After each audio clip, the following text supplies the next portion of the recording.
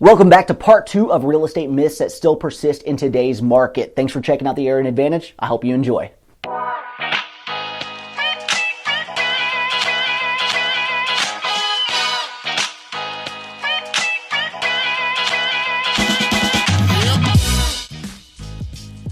Pre-approvals are just that. They're a pre-approval before going through the entire underwriting process. The truth is, just because you find out that you're pre-approved for a loan doesn't mean you're automatically going to be able to get that mortgage. If there's any kind of change in your financial picture from the time you make the application to the time we're trying to close the loan, things can happen that would keep you from getting that mortgage. Just because you've already gone through the process and think you know everything, there could be things that crop up that could keep you from buying your home. One of the most important things that you need to realize is once you're under contract, you should not take out any new debts or go and have your credit pulled in any way, because that's going to be some hurdles to making sure that you get through the entire process of purchasing. Have you ever heard the term house poor? That's ultimately what happens when you buy at the absolute top of your price range, because that number they're giving you does not take into account any of your lifestyle choices. Yes, you can afford the mortgage payment, but that doesn't take into consideration whether you like to eat out, go see movies, or do anything else outside of the home. Just because you're approved up to $300,000 doesn't necessarily mean you should spend that kind of money.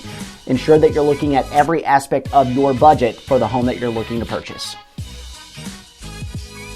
While a 30-year fixed rate mortgage is the most common that I see people take out, it's not necessarily going to be the best for every single person. There's a lot of different options that are out there that could potentially put you in a better position.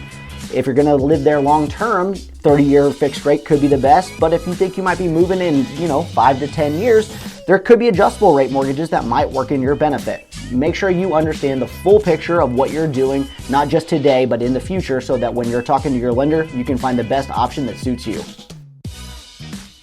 If you're only looking at the interest rate, you could be missing out on a lot of other details that could be problems in the future. Most of the time, adjustable rate mortgages are going to start off with the lowest interest rate, but if you're planning on staying there long term, they may not be the best option. Not only that, if you're only looking at the stated interest rate and not taking into consideration the other fees that the originator may be charging, you may end up paying more money up front and not realizing that it's costing you more in the long run. Make sure you get a full financial picture of the entire loan that you're taking out, not just the stated interest rate on what you're looking at. Especially in a market like we're experiencing right now, where the inventory is so low, you absolutely should not hold out to find your absolute dream house, because the chances of making that happen are pretty slim. Now, that doesn't mean you should just settle for the first thing that becomes available, but the likelihood of finding something that ticks every box is pretty low. I tell all my buyers right now, you let me know the absolute must-haves, and then we'll focus on finding some of the wants that you need a little bit on down the road. Oh, HGTV, I blame you for perpetuating this myth more than anything else. The truth is, buying a fixer-upper a lot of times is not going to be smarter, easier, or cost-effective. Especially here in Indiana, where we have a judicial process for foreclosing on properties, houses can sit empty for years before they're actually put up for sale again, and they could have thousands of dollars of repairs that you have to do that absolutely have no impact on the future value of the property. Removing mold, fixing plumbing, all of these things are absolute must-haves that don't necessarily reflect on the future value. Not only that, just because you're buying a fixer-upper right now doesn't necessarily mean that it's going to be a great value, because the inventory is limited, so that means there's still a lot of demand. Materials are expensive, repairs are costly, and it's not necessarily the best option for you. In this market, if you're expecting to pay the list price for a property, you're probably not going to be able to buy a home all that easily.